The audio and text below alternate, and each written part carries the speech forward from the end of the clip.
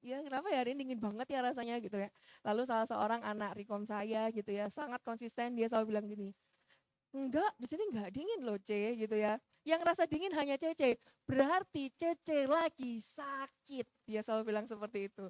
Dan ternyata benar, saya agak kurang enak badan seperti itu ya saudara. Nah saudara, ya ternyata gitu ya, berbicara soal hati yang dingin gitu ya, berbicara soal kita merasa kedinginan gitu ya. Ternyata ketika kerohanian kita sedang tidak baik-baik saja, tandanya adalah ketika hati kita menjadi dingin.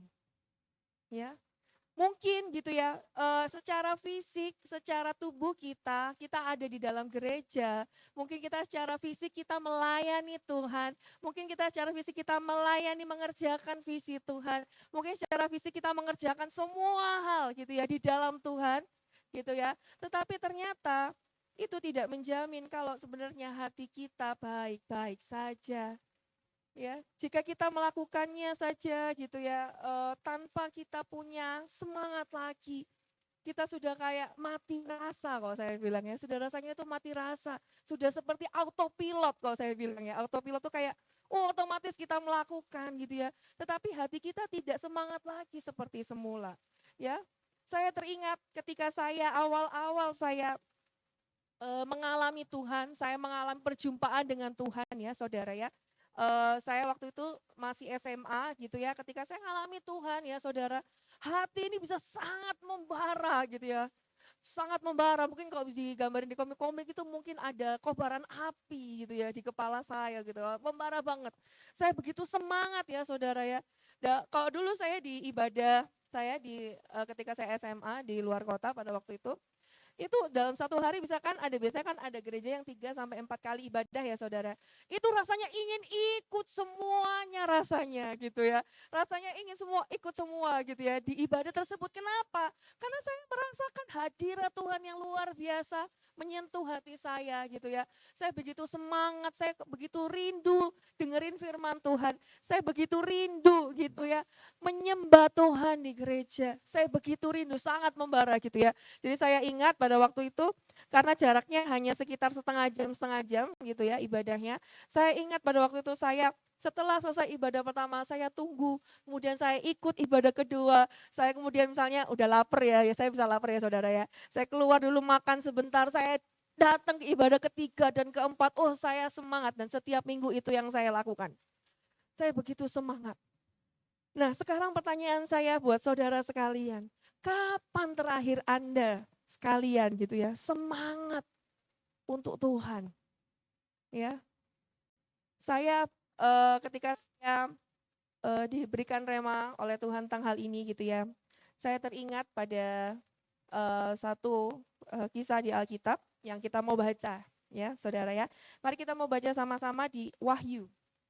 Wahyu 2 ya, ayat 1 sampai 4 kita mau baca ayat 1 sampai 4 dulu ya, saudara ya. Wahyu 2 ya. Ini adalah sebuah jemaat. Nah, ini jemaat di Efesus ya. Ini adalah pesan Tuhan kepada jemaat di Efesus. Nah, saya akan baca di ayat pertama dan selanjutnya saudara, kemudian saya lagi dan seterusnya ya. Saya baca ya.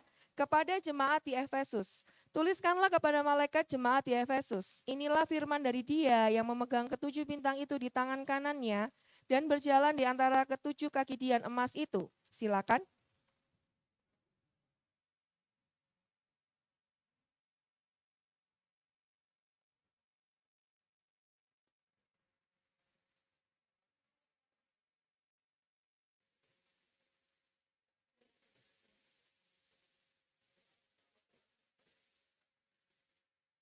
Dan engkau tetap sabar dan menderita oleh karena namaku, dan engkau tidak mengenal lelah. Silakan.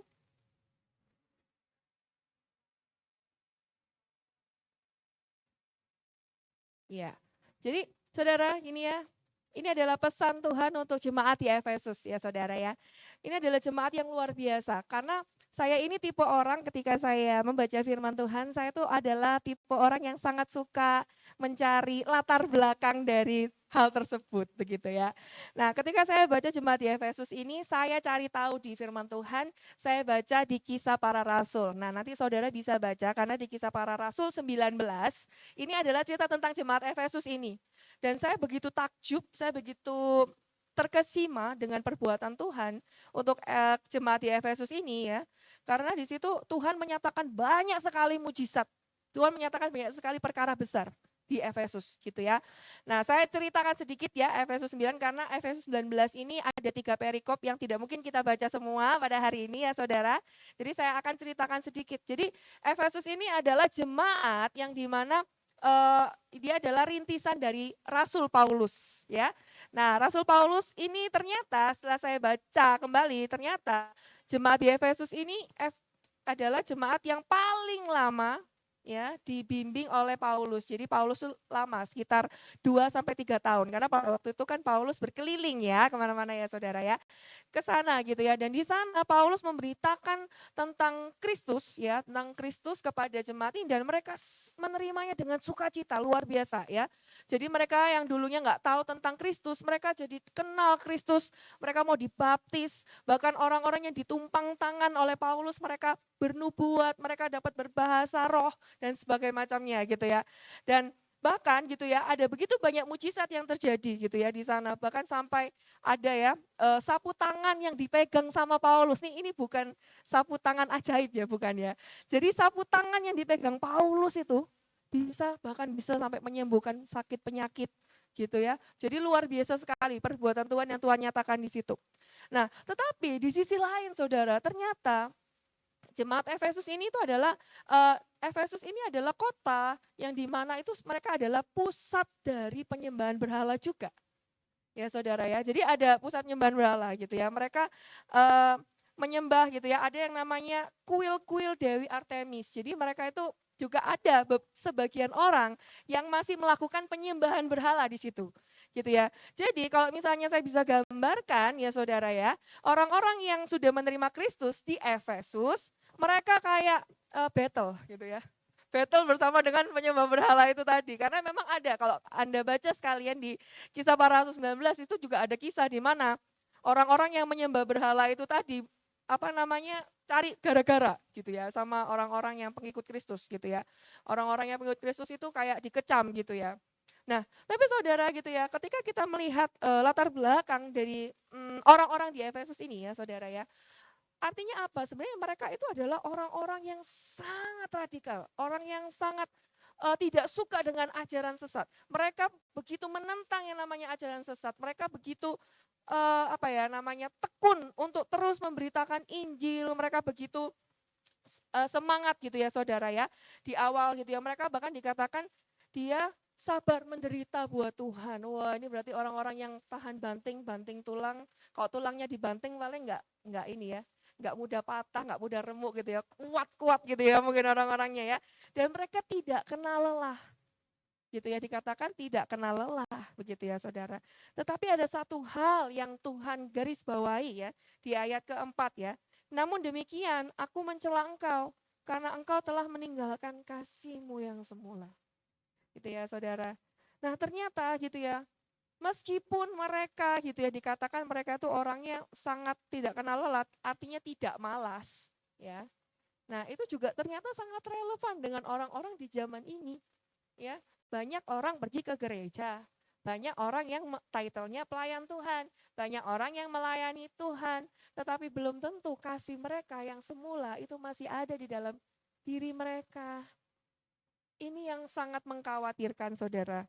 Kenapa ya? Meskipun tadi lagunya tentang hati Bapa ya, wah ini kok teguran sekali ya Kak ya firmannya. Tetapi ada satu hal yang ketika saya soroti ketika kita menyanyi lagu yang terakhir, ada satu kata yang kita katakan ya kepada Tuhan, Bapa ajari aku untuk selalu hormati engkau, ajari aku untuk apa? Turuti perintahmu.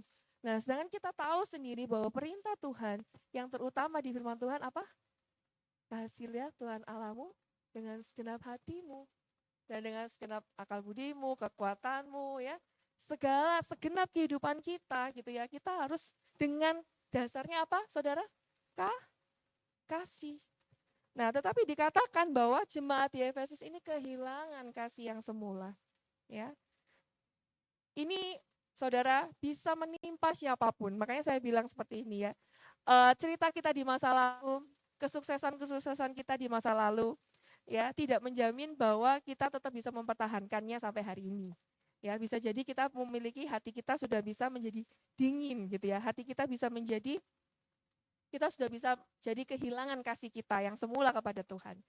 Ya, saya teringat ketika saya berdoa gitu ya. Dulu saya ini adalah salah satu anak doa. Ya, anak doa. Pelayanan saya yang pertama adalah asyir dan doa gitu ya. Nah, tapi saya punya pengalaman yang luar biasa ketika saya jadi anggota tim doa. Ya, ketika dulu saya berdoa, kami sering di dalam pertemuan doa kami membahas tentang keadaan Indonesia. Ya, jadi ada apa ya, spesifikasi masing-masing gitu ya saudara. Biasanya kalau di tempat di salah satu tim doa, yang satu bagian mencari informasi tentang Indonesia, yang satu tentang keadaan gereja-gereja, yang satu keadaan jemaat, misalnya seperti itu ya. Nah, ketika saya awal mula saya mengalami cinta mula-mula sama Tuhan, ketika saya dengar Indonesia sedang tidak baik-baik saja, gitu rasanya hati saya itu begitu sedih sekali saudara. Saya begitu sedih sekali rasanya kayak dan bahkan kami menangis bersama di dalam doa, saya ingat sekali gitu ya. Tetapi gitu ya, seiring saya sering gitu ya melakukannya gitu ya. Sekarang kayak mendengar ada kasus pembunuhan ini, oh ada ya, kasihan ya, udah gitu doang ya. Terus misalnya apa? Misalnya kita melihat saudara-saudara rohani kita gitu ya. Rasanya dulu kalau saya lihat orang tuh kayaknya rasanya kok bisa kayak sangat, hati saya bisa sangat tersentuh, hati saya bisa sangat eh, apa ya, namanya tuh rasanya pengen berdoa buat orang itu. Tapi sekarang kayak, oh dia lagi mengalami ini ya, oh kasihan ya, semoga Tuhan tolong. Cuma gitu aja ya biasanya saya gitu ya. Nah tapi saya teringat kenapa kok saya mulai seperti itu ya Tuhan. Padahal saya dulu itu orangnya sangat-sangat mudah tersentuh oleh jiwa-jiwa. Ya, jangankan melihat proses seseorang ya. Saya dulu waktu kita baru buka gereja di eh, daerah ini ya, daerah Darmo sana ya saudara ya. Saya ingat sekali waktu itu penuh sesak kursi-kursi sehingga saya nggak bisa duduk. Jadi kami panitia di belakang berdiri. Ketika saya itu lihat jiwa-jiwa yang ada di depan, mereka sudah angkat tangan begini, itu hati saya tuh sangat tersentuh. Saya bilang sama Tuhan, Tuhan gitu ya, waktu pada saya mengalami cinta yang membara ya, Tuhan gitu ya, sudahlah Tuhan, aku tidak mau yang lain ya gitu ya. Aku mau melakukan visimu, aku mau menjangkau mereka, aku mau mendoakan mereka, aku mau hidup buat Engkau untuk membuat mereka semakin mengenal Engkau. Saya ingat pada waktu itu, Tuhan jamahlah anak-anak ini, jamahlah jemaat ini, supaya jemaat ini boleh mengalami Engkau. Saya begitu punya hati yang rindu untuk berdoa saudara. Nah pertanyaan saya buat saudara sekalian, kapan terakhir Anda merasakan hati yang rindu sekali gitu ya. Apa yang jadi kerinduannya Tuhan itu terjadi gitu ya. Ketika mungkin awal-awal Anda merasa gitu ya, kasih Anda yang semula gitu ya, ketika ngalami Tuhan, rasanya doa itu 1 jam, 2 jam itu enggak kerasa saudara. Rasanya begitu indah, begitu menyenangkan gitu ya. Tetapi seiring berjalannya waktu gitu ya, kita mulai gitu ya, ketika kita berdoa, rasanya 5 menit aja udah ketiduran. Rasanya 5 menit aja rasanya udah membosankan. Baca firman pun juga gitu ya. Baca satu pasal aja satu hari itu rasanya sulitnya luar biasa. Padahal dulu mau baca 5 pasal, satu kitab dalam satu hari pun saya jabanin. Gitu ya. Nah, kapan terakhir Anda berapi-api buat Tuhan? Kapan terakhir Anda merasakan lawatan Tuhan, hadirat Tuhan yang menyentuh Anda? Kalau hari-hari ini Anda gitu ya, hati Anda mulai dingin, sudah enggak lagi merasakan hadirat Tuhan.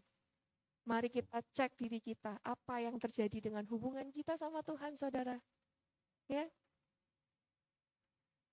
akhirnya ketika saya menyadari gitu ya, iya ya kenapa kok hati saya seperti ini ya Tuhan. Gitu ya. Nah Jadi saya mau jelaskan gitu ya, kenapa kok seseorang itu kadang bisa memiliki hati yang dingin ya saudara ya. Kalau saya rangkum gitu ya, ada dua hal sebenarnya yang paling besar gitu ya, yang bisa membuat seseorang itu memiliki hati yang dingin ya. Yang pertama adalah karena kesibukan gitu ya. Nah, ternyata kesibukan itu bisa membuat kita itu akhirnya berfokus pada setiap kesibukan kita. Ya, baik misalnya kita kerja gitu ya, wah kerjaannya banyak segambreng gitu ya. Nah, akhirnya kita kan fokus tuh ngerjain kesibukan kita. Nah, sehingga ketika kita sudah terlalu sibuk, akhirnya kita menjadi lelah. Nah, ketika kita sudah lelah, kita nggak bisa lagi berquality time yang benar-benar bisa berkualitas bersama dengan Tuhan, gitu ya. Nah, karena apa? Karena kita berfokus pada kesibukan kita. Nah, kesibukan yang saya bilang ini bukan hanya kesibukan secara pekerjaan loh saudara. Tetapi terkadang gitu ya, cara iblis ini pintar sekali ya kadang ya saudara ya. Pintar banget gitu ya. Dia tuh kalau mau bikin jatuh anak Tuhan, dia tuh nggak langsung kayak suruh misalnya contoh Eli. Eli kamu sekarang pergi rampok bank BCA di depan gitu ya. Nggak mungkin gitu ya. Buat Eli nggak boleh, merampok itu adalah dosa gitu ya. Pasti Eli akan seperti itu ya kan Eli? Ya gitu ya. Kalau Eli bilang enggak, awas ya Eli. Gitu ya. Atau misalnya Pandu, Pandu, kamu bunuh itu orang satpam yang ada di bawah gitu. Apakah Pandu akan melakukannya? Enggak gitu ya. Sebagai anak Tuhan ngapain dia membunuh gitu ya. Dia tahu membunuh itu dosa. Oleh karena itu iblis itu pintar sekali saudara ya. Dia tidak akan buat kita melakukan langsung dosa yang besar, tetapi dia akan membuat hati kita bergeser sedikit demi sedikit. Kita akhirnya jauh dari Tuhan, hati kita menjadi dingin, lalu kita mulai melakukan hal-hal yang tidak berkenan di hadapan Tuhan. Ya saudara, ya. Jadi kesibukan bukan hanya berbicara soal pekerjaan. Mungkin kita dibuat sibuk dengan pikiran-pikiran kita. Ya. Kita dibuat sibuk dengan apa? Masalah-masalah yang ada dalam hidup kita. Ya.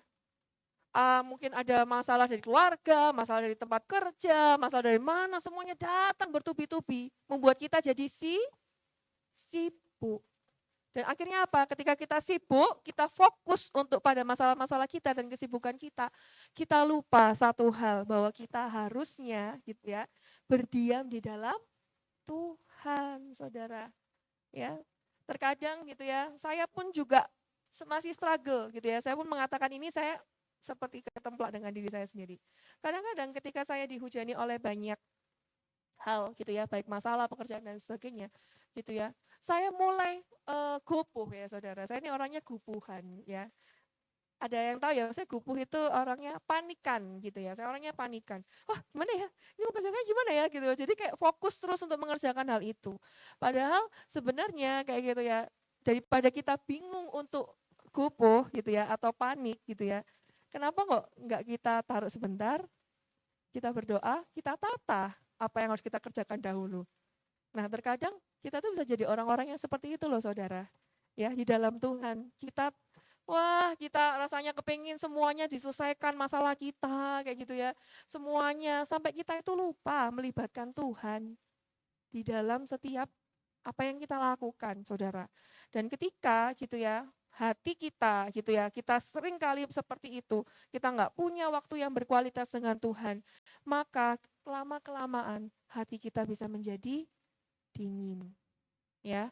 Nah, jadi yang pertama adalah kesibukan, Saudara. Yang kedua, gitu ya. Hal apa yang bisa membuat hati kita dingin adalah karena kita masih memiliki luka-luka. Nah, ini juga cara iblis next-nya gitu ya. Cara iblis yang pertama bikin kamu sibuk sama masalah dan pikiran. Yang kedua gitu ya, iblis akan memakai luka-luka dalam hidup kita untuk membuat kita itu hati kita menjadi dingin, hati kita menjadi cuek gitu ya, Saudara. Nah, gitu ya. Bagaimana gitu ya? Kalau saya kemarin gambarkan gitu ya, saya merenungkan gitu ya. Mungkin gitu ya, luka-luka itu bisa berbicara kekecewaan kita kepada orang lain, ya. Kita punya pengharapan pada orang lain, tapi ternyata orang itu mengecewakan kita, gitu ya. Terus ditambah lagi, ngecewainnya bukan cuma sekali, berkali-kali gitu ya. Nah biasanya ketika kita mengalami kekecewaan yang berulang atau berkali-kali, itu bisa membuat hati kita menjadi tawar kayak gitu. Kenapa gitu ya? Karena ketika terjadi sesuatu hal yang istilahnya melukai kita dalam tanda kutip gitu ya. Nah itu ternyata hati kita tuh bisa menjadi defensif gitu ya. Defensif, jadi kayak kita nggak mau gitu ya. Nah sehingga gitu ya kita bisa memilih untuk akhirnya tidak mau terlalu berharap. Udahlah, karena kita sering kali kecewa kan. Akhirnya udahlah nggak mau berharap lagi lah gitu. Nggak usah lah berharap lagi gitu ya. Atau kita menjadi tidak peduli, ya udahlah nggak peduli wes, terserah deh gitu ya. Atau kita tidak mau percaya karena kok seringkali kok apa yang aku harapkan nggak terjadi ya.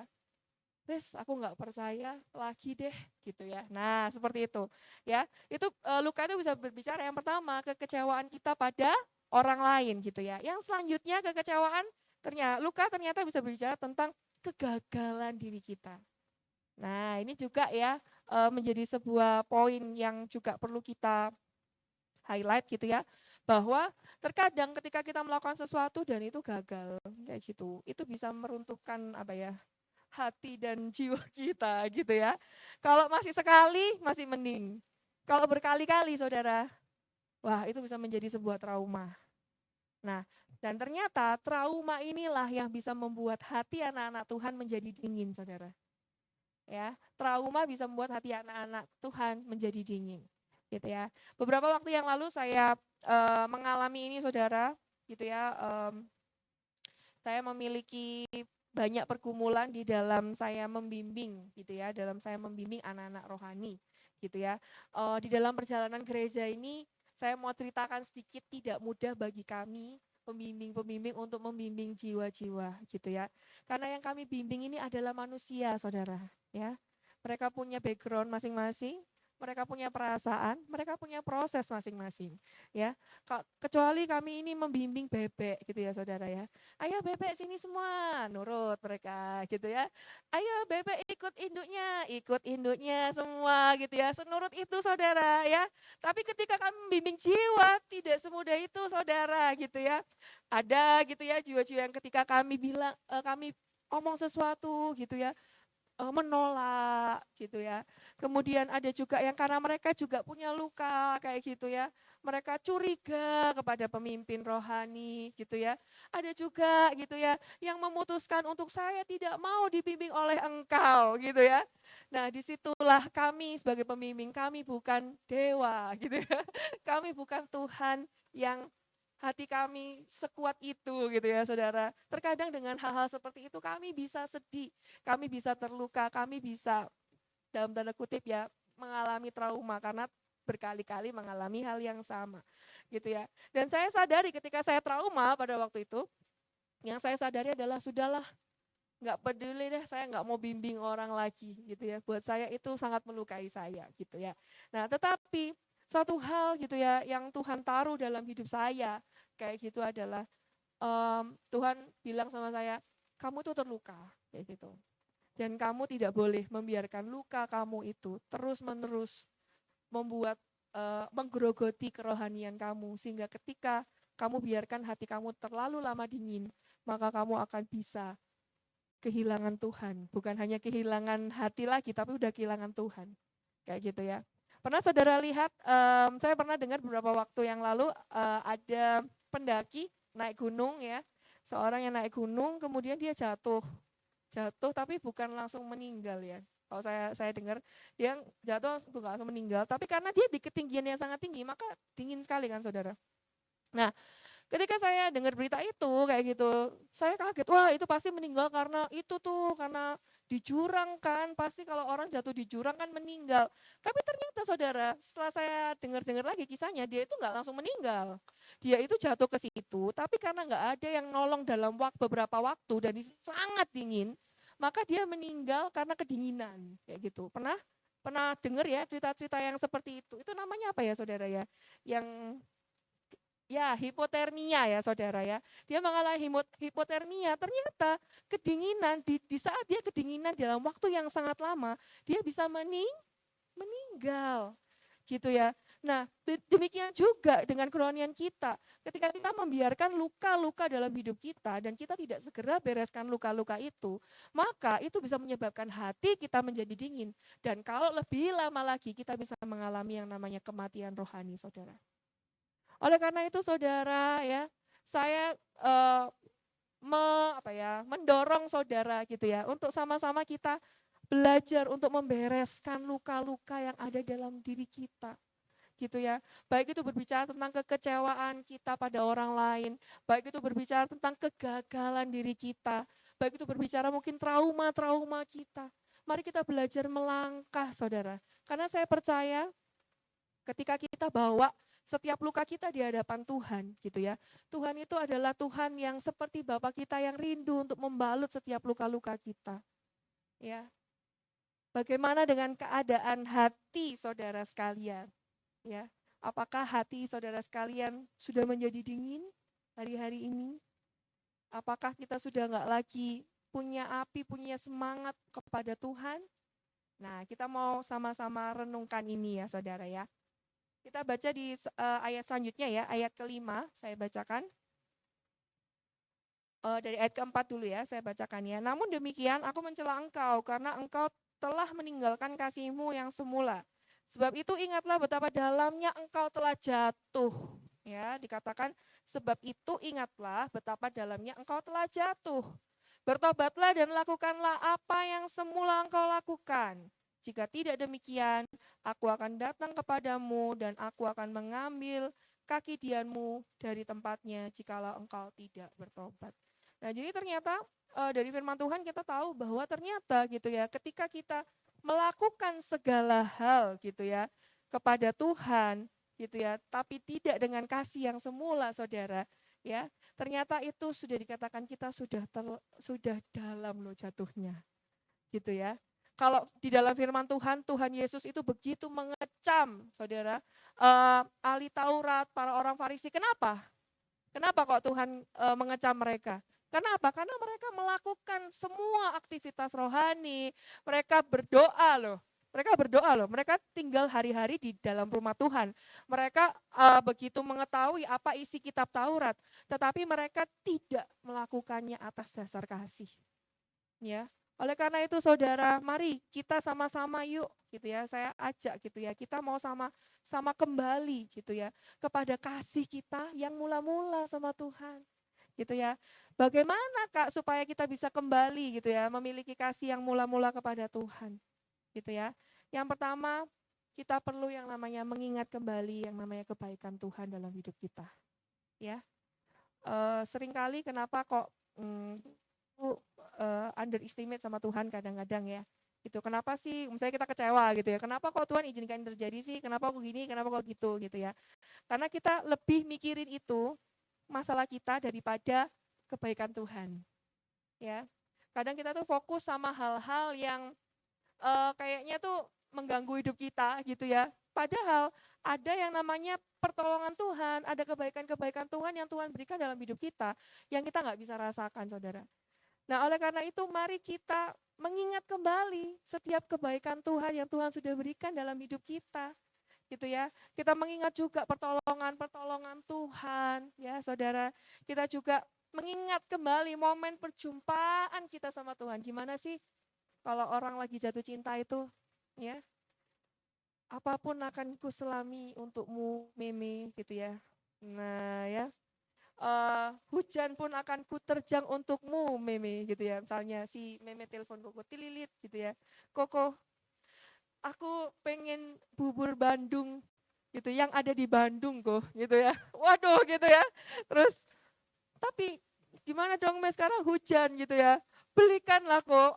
Dia oke, aku demi karena aku mengasihi engkau, karena aku mencintai engkau, aku terjang semua hujan untuk membelikan bubur Bandung buat kamu gitu ya. Enggak lama 5 menit udah ada di depan rumah ya. Ini ya meme sayang ini ya. Buburnya gitu ya. Orang kalau jatuh cinta itu kayak mau melakukan apa aja gitu loh. Bahkan mungkin ya buat orang yang lagi nggak jatuh cinta, yang lihat kayak gitu kamu tuh gila ya. Gitu saya pernah gitu sama teman saya, kamu tuh gila ya, kamu mau melakukan semua buat orang yang kamu cintai gitu, segitu gilanya gitu. Iya, kok orang jatuh cinta memang kayak gitu, dia bilang kayak gitu ya. Nah, saya bilang oh iya ya, oke baik gitu ya.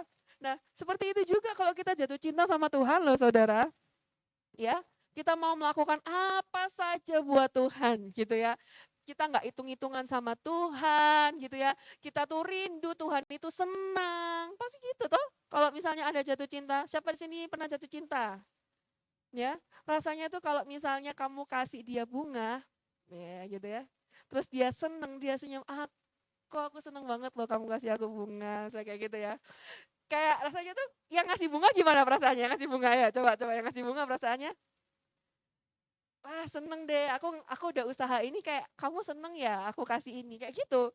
Ya Tuhan pun juga gitu, ketika kita melakukan sesuatu gitu ya, kalau kita jatuh cinta, kita tuh pasti akan kepingin orang yang kita cintai itu seneng, bener nggak? Tapi seringkali gitu ya, kita tuh mungkin sudah kehilangan rasa jatuh cinta itu sama Tuhan gitu loh. Sehingga kita itu kayak ketika kita misalnya disuruh Tuhan sesuatu, bayar harga sesuatu, rasanya tuh berat sekali, ya. Rasanya tuh berat sekali, ya. Saya ingat dulu ketika saya awal-awal saya membimbing jiwa gitu ya, anak pertama saya gitu ya. Saya di chat sama kakak kakak pembimbing gitu ya.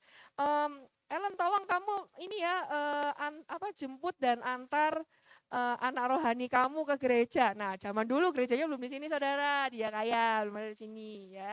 Belum terjadi di sini ya, belum terbangun gitu ya. Ya udah saya pergi. Wah, rumahnya saudara Anda harus tahu rumahnya sejauh timur dari barat saudara ya. Memang jauh sekali gitu ya. Saya akui dia pun kuat sekali ya kalau dia sekarang ke tempat kerjanya dia. Saya waktu itu masih kerja, saya ingat saya kerja di Perak. Saya kerja di Perak, dari Perak saya pergi ke Citraland Northwest itu.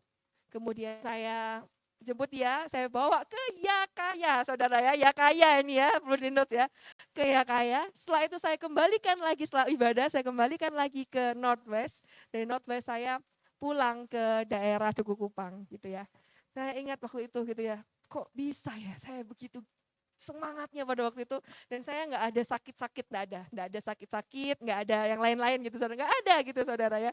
Saya begitu semangat, oke gitu ya, ada jiwa baru saya mau jemput, saya mau ajak, saya mau ceritain tentang Tuhan selama perjalanan, itu misi saya gitu ya. Nah saya begitu berapi-api buat Tuhan, saya begitu Tuhan gitu ya, apapun yang Tuhan mau, saya mau lakukan gitu ya. Saya nggak hitung-hitungan, disuruh bayar harga saya nggak hitung-hitungan saudara. Saya ingat saya pertama kali pelayanan di Yakaya, saya belum punya motor.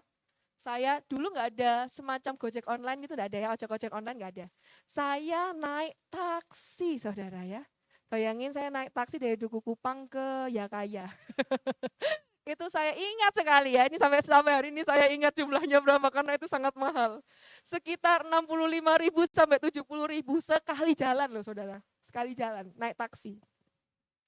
Itu sekali, 2 kali berapa? 2 kali. Ya, bisa 120 kayak gitu. Tapi saya pada waktu saya berpikir, saya nggak peduli, saya cuma mau melayani Tuhan. Saya mau melayani di rumah Tuhan, saya mau datang lebih awal. Saya semangat waktu saya asyir, saya datang lebih awal, saya datang sekitar 2 jam sebelumnya, saya sapu-sapu gereja, saya benerin kursi-kursi, itu semangatnya luar biasa. Nah begitu loh saudara, kalau misalnya kita tuh jatuh cinta sama Tuhan, kita tuh nggak hitung-hitungan sama Tuhan. Kita tuh nggak kayak, kenapa sih ikut Tuhan susah banget? Kenapa kok ikut Tuhan itu melelahkan sekali? Nggak ada loh kata-kata dalam mulut saya dan pikiran saya seperti itu, nggak ada. Karena saya punya cinta yang meluap dari hati saya buat Tuhan. Jikalau hari-hari ini kita sudah mulai tidak lagi bayar harga, tidak suka bayar harga, tidak suka mau melakukan buat Tuhan kok rasanya berat, mau melakukan ini buat Tuhan kok susah, berarti ada yang perlu loh kita renungkan dan refleksikan kembali dari hidup kita. Apakah hati kita sudah menjadi dingin? Apakah hati kita sudah tidak lagi punya passionate, nggak passionate, udah nggak gairah sama Tuhan, gitu ya. Oleh karena itu saudara gitu ya, hati-hati gitu ya dengan hati yang dingin. itu bisa mematikan buat siap kita. Nah, tetapi ya Tuhan berkata gitu ya di ayat yang kelima gitu ya. Bertobatlah dan lakukan lagi apa yang semula engkau lakukan. Artinya Tuhan mau kita kembali punya cinta yang mula-mula dengan Dia. Ya, miliki hati yang rindu, makin rindu sama Tuhan. Lah gimana? Ya itu tadi saya sudah bilang ya, mengingat kebaikan Tuhan, pertolongan Tuhan, dan kita mendekat terus kepada Tuhan, meskipun ya kita belum merasakan apa-apa. Ya, ini analoginya tuh seperti ini, ya. Ketika kita pernah ikut api unggun nggak ya, saudara? Pernah? Ya. Ketika kita ikut api unggun, gitu ya. Biasanya kan kalau api unggun biasanya di tempat yang tinggi dan dingin ya, biasanya saudara ya. Ketika kita mendekat ke api unggun, maka apa yang kita rasakan? Hangat rasanya ya. Meskipun misalnya kita agak jauh, misalnya dari posisi api sumbernya, ya kan. Tapi kalau kita ada di sekitar situ kan kita semakin anget ya, masih ada kerasa anget-angetnya lah ya. Nah, gitu ya. Seperti itu juga kalau misalnya kita mau gitu ya, menghangatkan setiap hati kita yang dingin, setiap hati kita yang beku, kita harus tetap mendekat sama sumbernya. Yaitu siapa? Tuhan, saudara ya. Nah, kita harus mendekat terus gitu ya, sampai hati kita perlahan mulai hangat kembali gitu ya. Oleh karena itu saudara, ketika kita mengalami yang namanya banyak masalah, ketika kita mengalami banyak hal dalam hidup kita, saya dorong saudara untuk jangan semakin jauh dari Tuhan, jangan semakin jauh dari komunitas. Karena gitu ya, komunitas itu adalah salah satu cara Tuhan untuk menjagai setiap kita. Benar loh saudara, saya bisa pastikan gini, kenapa? Setiap kita itu tidak selalu dalam posisi yang kuat. Kita bisa ada di posisi-posisi kita lemah loh saudara. Nah, ketika kita posisi lemah dan kita tidak ada di dalam komunitas, akan sangat berbahaya buat kita. Kita akan bisa semakin jauh dan jatuh. Tapi kalau misalnya kita di dalam komunitas, minimal gitu ya, ada saudara-saudara seiman kita yang akan mengangkat kita, menarik kita, supaya kita tidak jauh dari Tuhan. Dan tidak jauh dari kasih karunia-Nya Tuhan, saudara. Nah, karena itu kalau kita punya masalah, jangan semakin menjauhi komunitas. Katakan kanan kiri, jangan jauhi komunitas ya. Ya, kalau kamu ada masalah, cerita sama aku dong, ya. Ya. Jadi kalau ada masalah dan sebagainya itu ya, bukan kita menjauh, justru kita harus semakin dekat sama Tuhan. Kalau kita punya masalah, harusnya kita semakin dekat sama Tuhan, semakin mengandalkan Tuhan. Nah itu kan harusnya yang benar seperti itu. Tapi banyak orang mengalami gini, aku nggak baik nih, aku lagi nggak mau deh Tuhan-Tuhanan dulu. Itu salah ya saudara, konsep pikir yang salah ya. Nah jadi ketika kita merasa kalau kita punya hati yang dingin, kita harus terus mendekat pada sumbernya. Ya, sembari itu kita melayani jiwa-jiwa dan mengerjakan kerinduan Tuhan sambil meminta hati kepada Tuhan. Kenapa saya katakan ini gitu ya? Karena saya percaya hati Tuhan itu ada di jiwa-jiwa. Ya, jiwa-jiwa itu siapa sih? Apakah orang di luar sana yang tidak sekeyakinan dengan kita? Enggak, ya. Jiwa-jiwa itu siapa? Coba lihat kanan kirimu. Nah, itu jiwa bukan, ya. Jiwa ya, kanan kiri Anda ini jiwa-jiwa juga gitu ya. Ya. Jadi kita juga melayani jiwa-jiwa gitu ya. Orang-orang yang ada di sebelah-sebelah Anda, ini adalah saudara rohani Anda loh. Ya, saudari rohani Anda gitu ya. Even ada AI Susu di sini gitu ya. Adalah keluarga di tempat ini. Amin.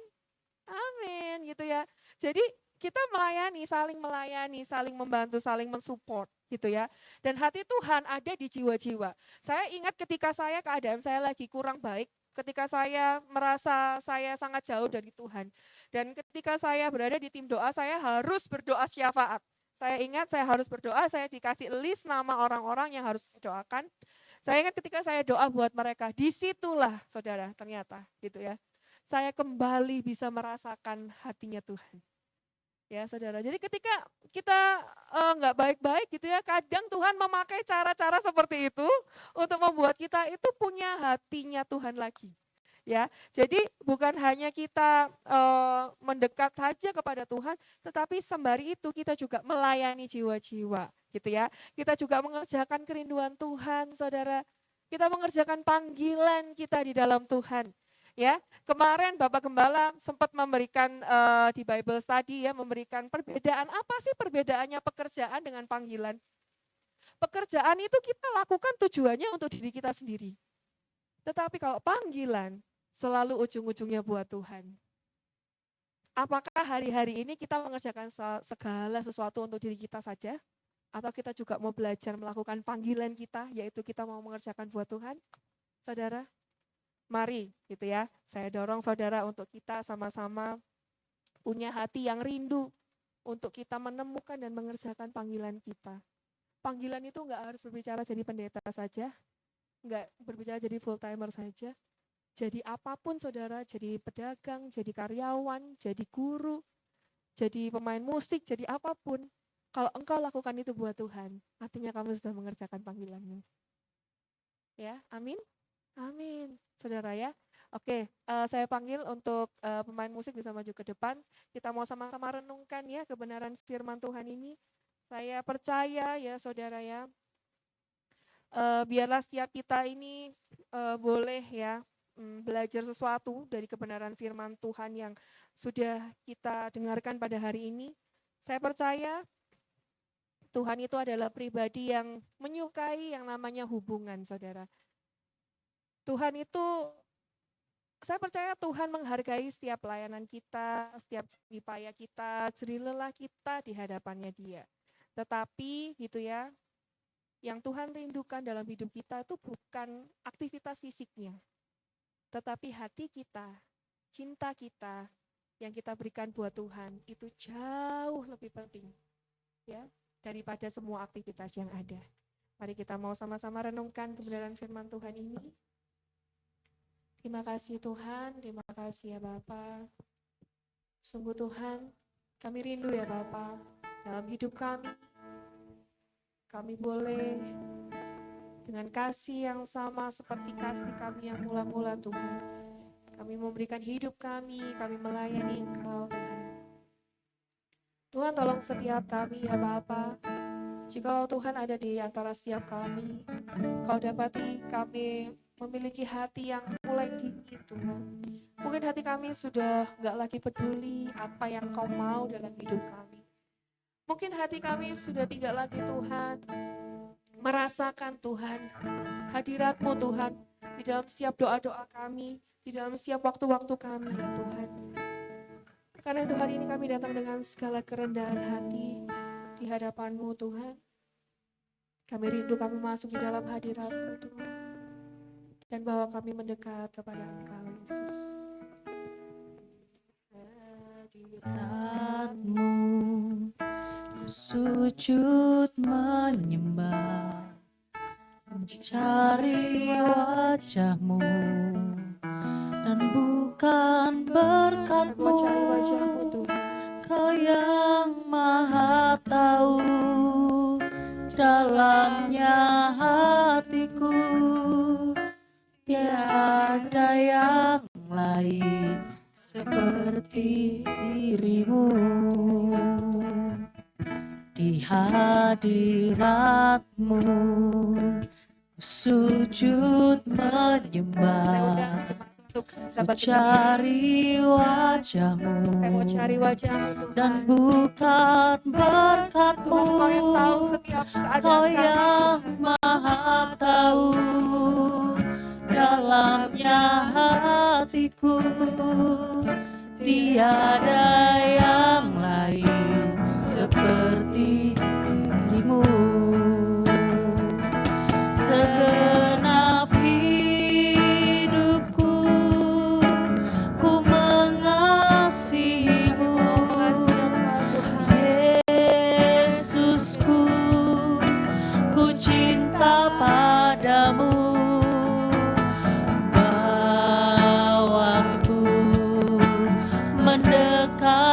Padamu, di dalam hadirat-Mu. Mari jemaat Tuhan, kita mau sama-sama nyanyikan lagu ini. Biarlah di dalam hadirat Tuhan. Di hadirat-Mu, Tinggal dan semakin mendekat sujud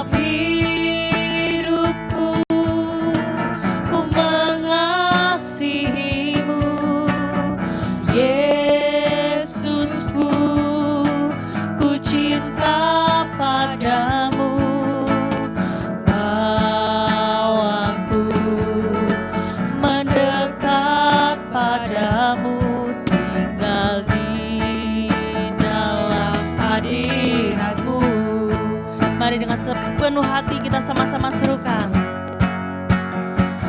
Segenap hidupku ku mengasihimu, Yesusku, ku cinta padamu. Bawaku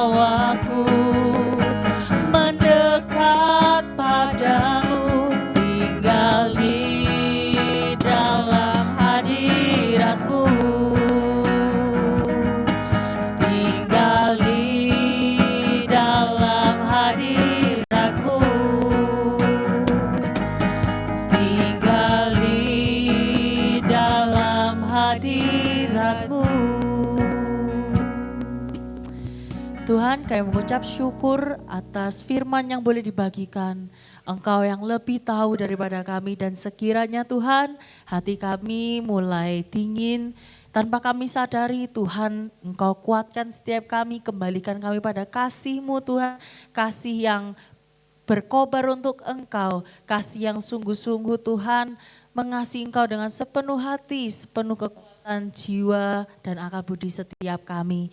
Kami rindu Tuhan berdoa untuk hamba-Mu, Evangelis Avamela Ellen Tuhan, Engkau yang berkati seluruh aspek kehidupannya, hati dan pikirannya tertuju kepada Engkau, dan semua yang Engkau mau Tuhan terjadi dalam hidupnya, terjadi sesuai dengan kehendak dan jalan-jalan-Mu. Kami berdoa juga untuk jemaat di tempat ini Tuhan, kami semakin hari semakin cinta Yesus, dan kami semakin bertumbuh di dalam kebenaran-Mu. Terima kasih Tuhan, kami juga berdoa untuk persembahan yang akan dibagikan. Kami rindu Tuhan, agar apa yang kami berikan ini boleh menjadi pelebaran kerajaan-Mu di tempat ini, dan kiranya Tuhan Engkau bantu yang mengelolanya ya Bapak, agar benar-benar tepat sesuai dengan apa yang menjadi kerinduan Tuhan atas tempat ini, atas jemaat-Mu di tempat ini. Terpujilah nama-Mu Tuhan Yesus, hanya di dalam nama Tuhan Yesus mari kita sama-sama katakan amin.